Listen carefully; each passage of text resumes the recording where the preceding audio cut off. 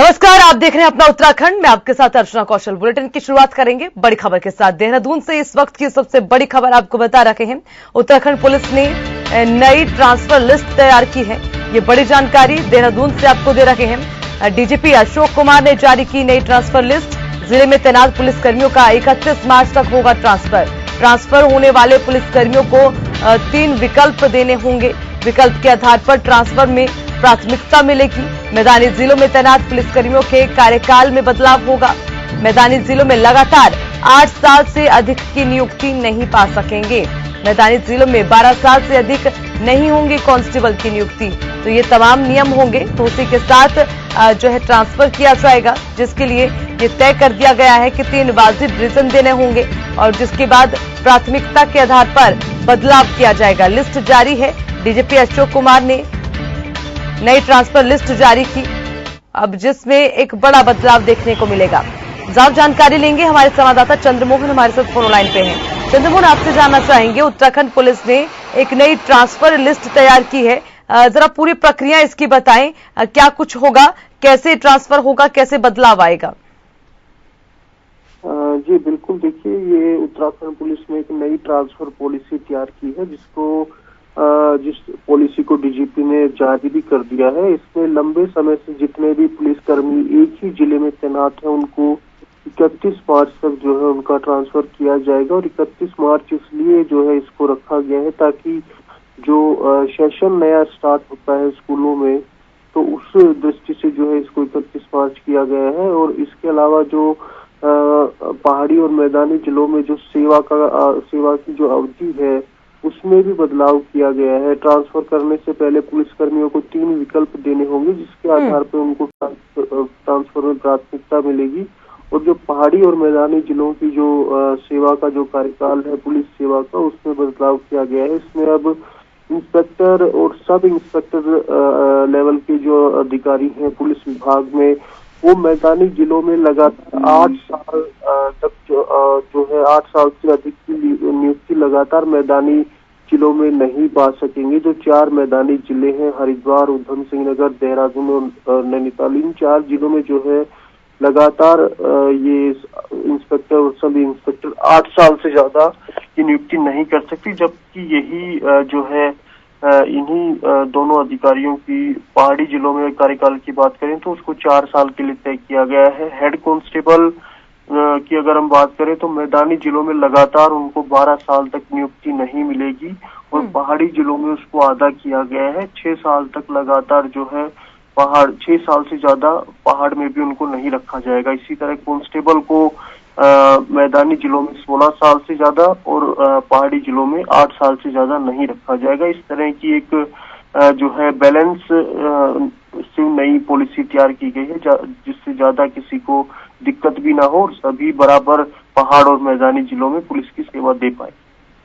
ठीक है, बहुत बहुत शुक्रिया चंद्रमोहन आपका तमाम जानकारी के लिए।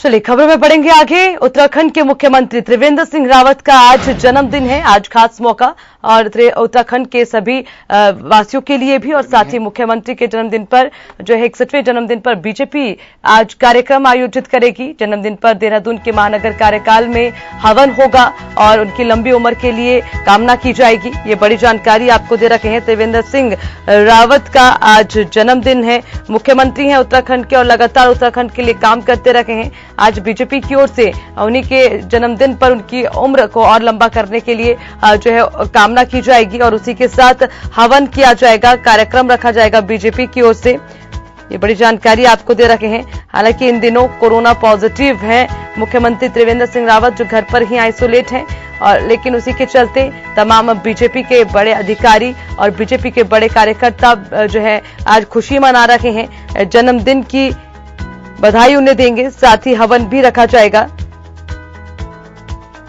ये बड़ी जानकारी, उत्तराखंड के मुख्यमंत्री का जन्मदिन,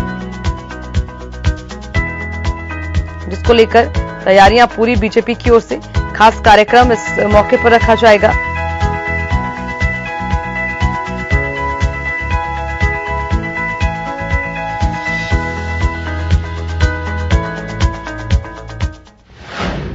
चलिए खबरों में बढ़ेंगे आगे। देहरादून से एक और अहम जानकारी आपको देते चले। उत्तराखंड में फिर बढ़ने लगा कोरोना का ग्राफ। लगातार उत्तराखंड में कोरोना के आंकड़े बढ़ रहे हैं। उत्तराखंड में कोरोना को लेकर ये ताजा अपडेट आपको दे रहे हैं। एक बार फिर से उत्तराखंड में कोरोना के आंकड़ों में उछाल आया। उत्तराखंड में 584 नए कोरोना संक्रमित मरीजों की पुष्टि हुई है। कोरोना के कुल संक्रमित मरीजों की संख्या 85,000 के पार पहुंच गई और अब तक 85,853 संक्रमित मरीजों की पुष्टि हो चुकी है। राज्य में 556 कोरोना संक्रमित मरीज स्वस्थ हुए हैं। तो वहीं पर राज्य में अब तक 77,326 संक्रमितों को अगर बात की जाए तो वो स्वस्थ हो चुके हैं, यानी कि 90% से ज्यादा लोग कोरोना को मात देकर स्वस्थ हो गए। फिलहाल कोरोना के कुल 6,074 एक्टिव केसेस हैं और राज्य में 9 कोरोना संक्रमित मरीजों की मौत हो गई। अब तक 1408 संक्रमित मरीजों की मौत कोरोना के कारण हुई है। तो ये उत्तराखंड का आंकड़ा आपको बता रहे हैं, जहां लगातार अब कोरोना में ग्राफ जो है लगातार बढ़ता नजर आ रहा है, जो कहीं ना कहीं उत्तराखंड वासियों के लिए एक बड़ी समस्या भी है और उसी के साथ उत्तराखंड में शासन प्रशासन के लिए भी एक बड़ी समस्या कि आखिर कैसे इस बढ़ते आंकड़े पर विराम लगाया जाए। ये एक बड़ा जो है चिंताजनक विषय हो गया है। और आपको बता दें लगातार हर दिन नए आंकड़े आ रहे हैं। हालांकि सबसे बड़ी बात यह कि उत्तराखंड के मुख्यमंत्री त्रिवेंद्र सिंह रावत भी कोरोना पॉजिटिव हैं, उनकी बड़ी बेटी कोरोना पॉजिटिव है, उसी के साथ उनकी पत्नी भी कोरोना पॉजिटिव है और उनके घर पर काम करने वाले, खाना देने वाले लोग भी कोरोना पॉजिटिव बताए जा रहे हैं। हालांकि ये भी जानकारी मिल रही कि मुख्यमंत्री में कोई लक्षण नहीं थे, तो जाहिर सी बात है कि अपना ध्यान रखें, बिना किसी लक्षण के भी आप कोरोना संक्रमित हो सकते हैं। ज्यादा जानकारी के लिए हमारे संवाददाता अंकित काला हमारे साथ फोन लाइन पर हैं, उनसे पूरा अपडेट लेंगे। अंकित, आपसे जानना चाहेंगे, उत्तराखंड की बात करें तो पहले की अपेक्षा लगातार आंकड़ों में उछाल देखा जा रहा है, जरा पूरा अपडेट दें अंकित। अब बिल्कुल देखिए अर्चना, जिस तरीके से सर्दी का सितम भी बढ़ रहा है और उसी बीच अब उत्तराखंड में और पूरे देश भर में कोरोना के मामले बढ़ रहे हैं। राज्य में कोरोना संक्रमित मरीजों का आंकड़ा अब दिन प्रतिदिन बढ़ रहा है और शनिवार को 584 नए मरीजों में कोरोना संक्रमण की पुष्टि हुई है। और इन आंकड़ों के सामने आने के बाद अर्चना, उत्तराखंड में 85,000 का जो आंकड़ा है वो पार हो गया है कोरोना संक्रमितों का और करीब करीब 86,000 के करीबन हमारे उत्तराखंड में कुल आंकड़े हो चुके हैं। लेकिन एक अच्छी बात यह है कि 77,000 से ज्यादा मरीज जो है वो स्वस्थ भी हुए हैं और जो हमारा रिकवरी रेट है, जो स्वस्थ होने का आंकड़ा है, उसमें करीब करीब 90% तक है। तो कुल मिलाकर के अर्चना अभी भी हम अच्छी स्थिति में, लेकिन जो आंकड़े बढ़ रहे हैं वो कहीं ना कहीं चिंताजनक है। ऐसे में सभी को सावधानी विशेष रूप से बरतने की जरूरत है और मुख्यमंत्री ने भी अपनी समीक्षा बैठक में इस बात के लिए कहा था कि जो नियम है उसको सख्त किया जाएगा ताकि जो संक्रमण के मामले हैं वो कम हो सके। लेकिन फिलहाल रोजाना इसमें आंकड़ों में जो है वो काफी वृद्धि देखने को मिल रही है। अंकित, बहुत बहुत शुक्रिया आपका तमाम जानकारी के लिए। 21 दिसंबर से विधानसभा का 3 दिवसीय शीतकालीन सत्र होना है। विपक्षी दल कांग्रेस सत्र की अवधि से संतुष्ट नहीं है और सरकार से 3 दिन की बजाय 7 दिन का सत्र आयोजित करने की मांग कर रहा है। कांग्रेस ने आगामी 3 दिवसीय शीतकालीन सत्र की अवधि बढ़ाने की मांग को लेकर गांधी पार्क में एक रचनात्मक कार्यक्रम का आयोजन किया। 3 दिन के शीतकालीन सत्र के विरोध में कांग्रेस ने गांधी पार्क के मुख्य द्वार पर काल्पनिक विधानसभा सत्र चलाया। तो वहीं कांग्रेस के इस रचनात्मक कार्यक्रम को लेकर भारतीय जनता पार्टी के प्रदेश उपाध्यक्ष देवेंद्र भसीन ने प्रतिक्रिया देते हुए कहा कि कांग्रेस के पास कोई ठोस मुद्दे शेष नहीं बचे, इसलिए इस तरीके की नौटंकी कांग्रेस के नेताओं की ओर से की जा रही है। कांग्रेस को विधानसभा सत्र में तमाम मुद्दों को सदन के पटल पर उठाना चाहिए और सरकार के साथ चर्चा में भाग लेना चाहिए, लेकिन कांग्रेस मुद्दों से भाग जाती है और जो है अनगल आरोप लगाकर सदन में वॉकआउट कर देती है।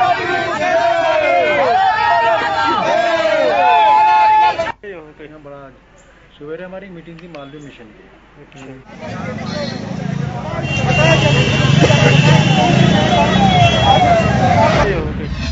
21 दिसंबर से उत्तराखंड विधानसभा का शीतकालीन सत्र शुरू होने जा रहा है, लेकिन सत्र शुरू होने से पहले ही सियासी संग्राम छिड़ गया। विपक्षी कांग्रेस का कहना है कि उसके तरकश में इतने तीर हैं कि सरकार बच नहीं पाएगी। कांग्रेस प्रदेश अध्यक्ष प्रीतम सिंह का यह आरोप है कि सत्ता पक्ष विपक्ष के 11 विधायकों से डर गया। तो इन सब के बीच दिल्ली के उप मुख्यमंत्री मनीष सिसोदिया ने अपने बयान से राज्य में खलबली मचा दी। मनीष सिसोदिया ने कहा कि आम आदमी पार्टी का मुकाबला सीधा बीजेपी से है, कांग्रेस का अस्तित्व खत्म हो गया है। रिपोर्ट देखिए। विधानसभा सत्र को लेकर कांग्रेस ने छेड़ा घमासान। बीजेपी बोली हमें नहीं चाहिए कांग्रेस, आपका ज्ञान। मिशन 2022 के लिए उत्तराखंड में सियासी संग्राम। आपने कहा बीजेपी से लड़ाई, कांग्रेस का काम तमाम। कड़कड़ाती ठंड के बीच शुरू हो रहे उत्तराखंड विधानसभा के शीतकालीन सत्र के शुरू होने से पहले ही सत्र पर घमासान शुरू हो गया है। कांग्रेस का आरोप है कि राज्य सरकार 11 विधायक वाले विपक्ष से डर गई है। इसी वजह से सरकार ने केवल 3 दिनों का सत्र रखा है। कांग्रेस प्रदेश अध्यक्ष प्रीतम सिंह ने सरकार से मांग की है कि सत्र को कम से कम 8 दिनों तक चलाया जाना चाहिए, क्योंकि प्रदेश में कई अहम मुद्दे हैं जिन पर 3 दिनों में चर्चा कर पाना मुश्किल है। गौरतलब है कि मिशन 2022 को देखते हुए कांग्रेस रोजगार, किसान, भ्रष्टाचार, महंगाई, लोकायुक्त जैसे कई मुद्दों को सदन में उठाना चाहती है। इतना ही नहीं, 21 दिसंबर को कांग्रेस किसानों और बेरोजगारी को लेकर विधानसभा का घेराव भी करेगी। यानी कि कांग्रेस सदन से सड़क तक सरकार की घेराबंदी के लिए तैयार है। वहीं बीजेपी ने कांग्रेस पर जबरदस्त पलटवार करते हुए कहा है कि हमें किसी से ज्ञान लेने की जरूरत नहीं है। कांग्रेस सिर्फ सुर्खियों में बनी रहना चाहती है, जबकि सरकार हर क्षेत्र में बेहतरीन काम कर रही है। आप कोरोना की आड़ में सत्र से बचना चाहते हैं, मैं समझता हूँ कदापि उचित नहीं है। जब जब उनके नेता लोग यहाँ पर आते हैं, उनके पार्टी के राष्ट्रीय अध्यक्ष आते हैं, तब तब आप जो है कोरोना की बात नहीं करते हैं। ये दोहरा चरित्र नहीं होना चाहिए। सदन की अवधि बढ़नी चाहिए ताकि उत्तराखंड के जो विषय हैं, जिन विषयों को जो है हम सदन में उठाना चाहते हैं। विधानसभा सत्र के समय का सवाल है तो 3 दिन की अवधि पूरे विधायी कार्यों को ध्यान में रख करके तय की गई है। लेकिन अगर इस अवधि को 30 दिन भी कर दिया जाता तो भी कांग्रेस ने आलोचना ही करनी थी, क्योंकि उसकी राजनीति का आधार केवल आलोचना रह गई है। सरकार में थे तब प्रदेश के लिए कुछ नहीं किया, विपक्ष में है तो कोई जिम्मेदारी वाली बात नहीं कर रहे हैं। विधानसभा सत्र पर छिड़े घमासान के बीच आम आदमी पार्टी ने मिशन 2022 की तैयारियां और तेज कर दी हैं। दिल्ली के उप मुख्यमंत्री मनीष सिसोदिया 2 दिनों के उत्तराखंड दौरे पर हैं। मनीष सिसोदिया साधु संतों से मुलाकात के साथ ही पार्टी कार्यकर्ताओं के साथ आगामी रणनीति पर मंथन कर रहे हैं। इस बीच मनीष सिसोदिया ने अपने एक बयान से राजनीतिक दलों में खलबली मचा दी है। मनीष सिसोदिया ने कहा कि आम आदमी पार्टी का सीधा मुकाबला बीजेपी से है। कांग्रेस का अस्तित्व खत्म हो गया है। बची कुची कसर 2022 के विधानसभा चुनाव में पूरी हो जाएगी। आपके इस हमले पर कांग्रेस का कहना है कि सपने देखने में कोई बुराई नहीं है। हम विधानसभा चुनाव के लिए पूरी तरह से तैयार हैं। जनता बीजेपी के कार्यकाल को भी देख चुकी है और राज्य में 2022 के विधानसभा चुनाव में कांग्रेस सत्ता में वापसी करेगी। उत्तराखंड सरकार को सिर्फ ये कहना चाहती हूँ कि इस समय आम आदमी पार्टी एक प्रमुख विपक्ष के रूप में आपके सामने है और हम सड़कों पर आकर जनता के सवालों को आपसे पूछेंगे। हम सड़कों पर आकर जनता की आवाज को अपनी धार देंगे और आप देखिएगा कि आपका जो ये नाकारापन है, आप जो जनता के सवालों से छुपते घूम रहे हैं, आपको जनता के सामने आकर 2022 में अपना चेहरा दिखाना पड़ेगा। अन्यथा आम आदमी पार्टी प्रमुख विपक्ष के रूप में आपके सामने जरूर होगी और 2022 का चुनाव आप लोगों के लिए बहुत भारी पड़ने वाला है। इस व्यक्ति ने बयान दिया, उस व्यक्ति ने कभी किसी ग्राम पंचायत का चुनाव भी लड़ा? बताए ना, आपके लोग 70 लोग हैं उनके पास चुनाव लड़ने वाले। अब वो सिसोदिया जी को बुला लो, केजरीवाल जी को बुला लो, कुछ होने वाला नहीं। कुल मिलाकर चुनाव से पहले आरोप प्रत्यारोप का दौर तेज होना कोई नई बात नहीं है, लेकिन इन सबके बीच सबकी निगाहें विधानसभा सत्र पर टिकी हुई हैं। कांग्रेस के तेवरों से साफ दिख रहा है कि सत्र में हंगामेदार शुरुआत होगी। सड़क से सदन तक जबरदस्त घमासान देखने को मिलने वाला है। अब देखना यह है कि कांग्रेस के सवालों पर सत्ता पक्ष सदन में क्या जवाब देगी। देखना यह भी है कि 2022 में आम आदमी पार्टी के दावे सच साबित होते हैं या फिर हवा हवाई। देहरादून से चंद्रमोहन और किशोर रावत के साथ अंकित काला, हिंदी खबर। मसूरी में राज्य सफाई कर्मचारी आयोग के अध्यक्ष अमीलाल वाल्मीकि की बैठक में कई विभागों के अधिकारी नहीं पहुंचने पर अध्यक्ष ने नाराजगी जताते हुए एसडीएम मसूरी मनीष कुमार की बैठक को अनुपस्थित अधिकारी से स्पष्टीकरण मांगने के निर्देश दिए। इस मौके पर पालिका सभासदों के जरिए उनको सफाई कर्मचारियों की बैठक पर नहीं बुलाए जाने पर जमकर हंगामा काटा। उन्होंने कहा कि वो क्षेत्रीय सभासद हैं, वो उनके क्षेत्र में सफाई कर्मचारियों की समस्याओं को बेहतर तरह से जानते हैं। उन्होंने आयोग से आग्रह किया है कि सफाई कर्मचारियों की समस्याओं का जल्द निराकरण करें।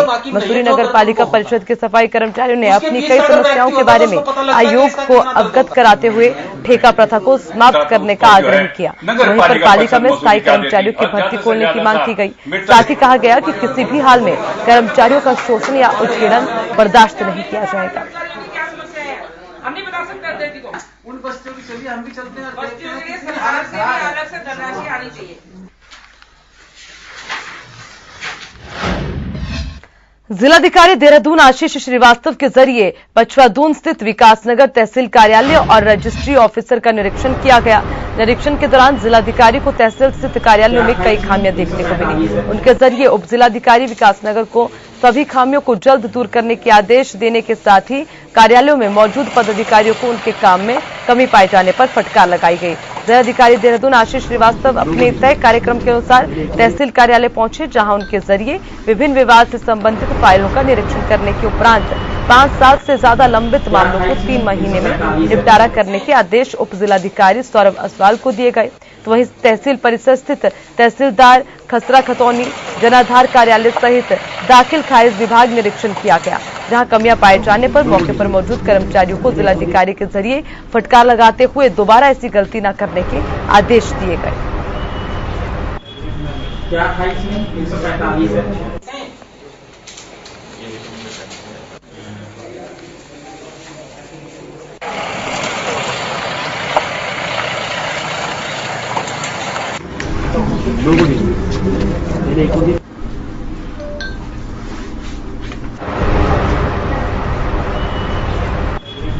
क्या 145 है?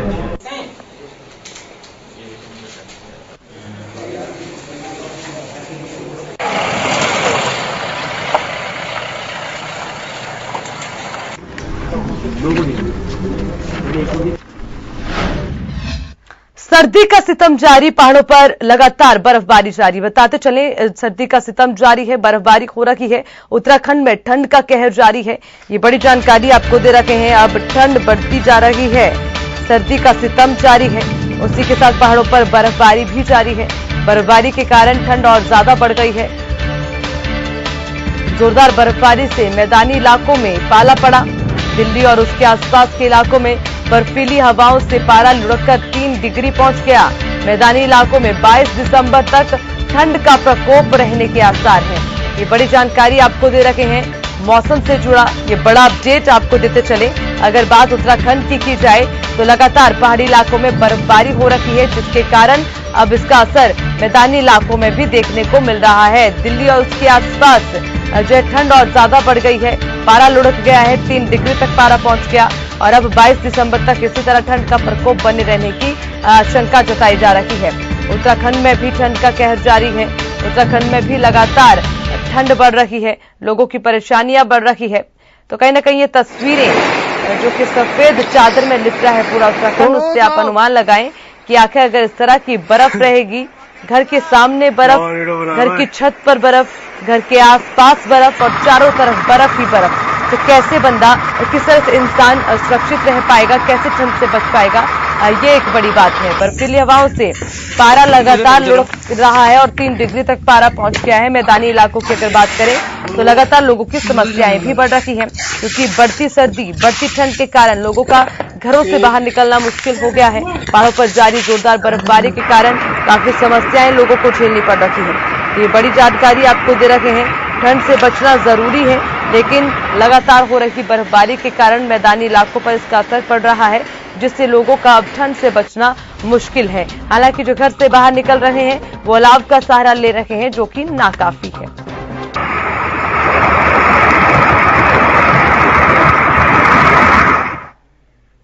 उत्तराखंड में सर्दी ने पूरी तरह से दस्तक दे दी है और अब राज्य में तापमान लगातार गिरता नजर आ रहा है। राज्य के ऊंचाई वाले इलाकों में बर्फबारी भी हो रही है, जिसका असर मैदानी क्षेत्रों में भी दिखाई दे रहा है। कड़ाके की ठंड ने इंसान के साथ साथ बेजुबान पशु पक्षियों को भी परेशान कर रखा है और बढ़ती ठंड का सितम लगातार जारी है और अब तो ये सर्दी जानलेवा भी हो चुकी है। ऐसे में क्या इंसान और क्या जानवर, हर कोई ठंड का सितम झेल रहा है और उससे बचने का उपाय खोज रहा है।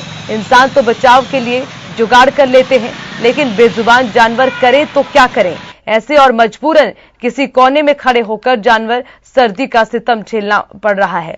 तो अब लोग नगर निगम प्रशासन से ये अपील करने लगे हैं कि सड़कों और गलियों में घूम रहे आवारा पशुओं को ठंड से बचाएं।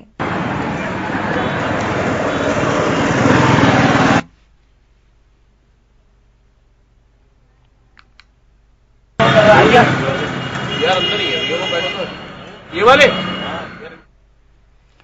उच्च हिमालयी क्षेत्रों में बीते दिनों हुई बर्फबारी के बाद अब उत्तरकाशी जिले के नगर कस्बों से लेकर गांव तक ठंड का सितम बढ़ गया है। तापमान में 10 डिग्री तक पारा लुढ़क गया, जिसमें सबसे ज्यादा दिक्कत उन्हें हो रही है जो रोजमर्रा के कामकाज को सुबह और शाम करते हैं। रात को पड़ रहे पाले से सुबह के समय ठंड सबसे ज्यादा हो रही है। ठंड से निजात पाने के लिए लोग अंगीठी और अलाव का सहारा ले रहे हैं। जिले के ऊंचाई वाले क्षेत्र में जो खरसाली, मुखवा, हर्षिल, कालिंदो, केदार, कांठा, चैनशील, बुग्याल, दियारा, बुग्याल और उसी के साथ हरकीदून घाटी में बीते दिनों जमकर बर्फबारी से निचले क्षेत्रों में बर्फीली हवाओं से शीतलहर की चपेट में आ जाने से तापमान में काफी गिरावट दर्ज हो रही है। जिले के भटवाड़ी, डूंडा और बड़कोट, मोरी और सांकरी में तापमान 4 से 5 डिग्री तक पहुंच गया। शीतलहर से तापमान में भारी गिरावट आ गई है। वर्तमान समय में लोग अलाव का और हीटर, अंगीठी का सहारा लेने को मजबूर हैं।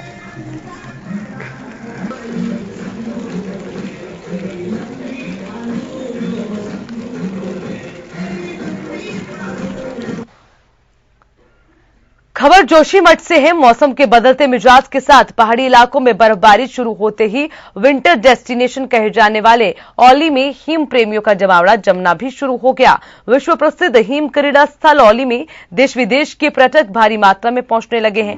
कहने को तो पहाड़ी क्षेत्रों में इस वक्त ठंड की भरमार है, लेकिन औली का दीदार करने आए पर्यटक बिना ठंड की परवाह किए औली की बर्फीली वादियों का खूब लुत्फ उठा रहे हैं। यूं तो विश्व प्रसिद्ध हिम क्रीड़ा स्थल औली में हिम प्रेमियों का पहुंचना दिसंबर माह की शुरुआत में ही प्रारंभ हो जाता है, लेकिन जैसे जैसे ठंड बढ़ने पर औली की वादियां और अधिक सफेद होने लगती है, वैसे ही हिम प्रेमी भी औली की वादियों की तरफ रुख करने लगते हैं। हिम प्रेमियों के हृदय में औली की महत्वता इतनी है कि हिम प्रेमी नववर्ष भी औली में ही मनाना पसंद करते हैं।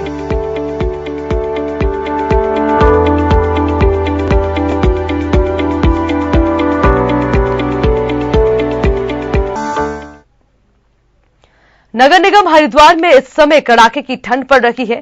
ठंड में सबसे ज्यादा परेशानी फुटपाथ पर रहने वाले गरीब और खानाबदोश लोगों को उठानी पड़ रही है। लोगों को ठंड से बचाने के लिए नगर निगम हरिद्वार के जरिए रेलवे स्टेशन और बस स्टेशन सहित 10 स्थानों पर अलाव जलाने की व्यवस्था की गई है।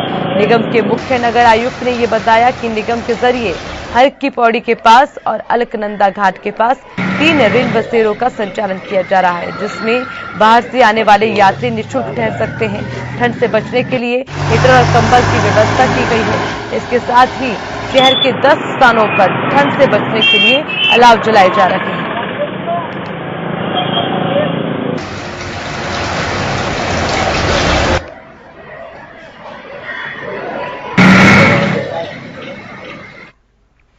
विज्ञान केंद्र देहरादून मौसम विभाग के पूर्व अनुमान के मुताबिक प्रदेश के मैदानी इलाकों में ठिठुरन और बढ़ सकती है।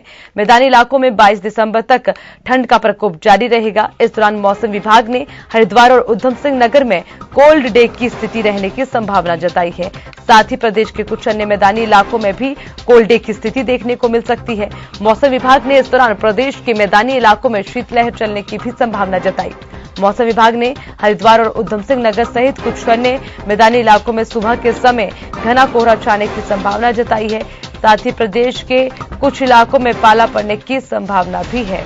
मौसम विभाग के मुताबिक 22 दिसंबर तक मैदानी इलाकों में मौसम का मिजाज ऐसा ही रहेगा।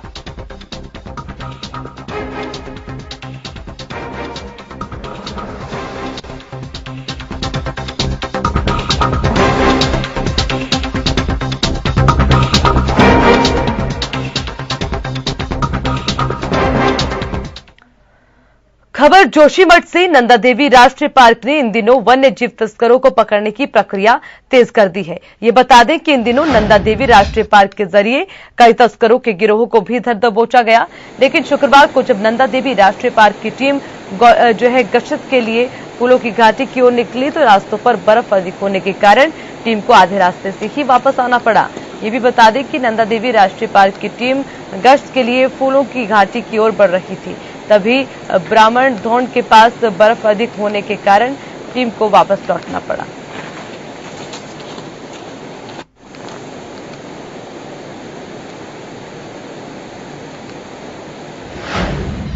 इसी के साथ बुलेटिन में फिलहाल के लिए इतना ही। तमाम खबरों के लिए देखते रहिए आपका अपना चैनल हिंदी खबर। नमस्कार।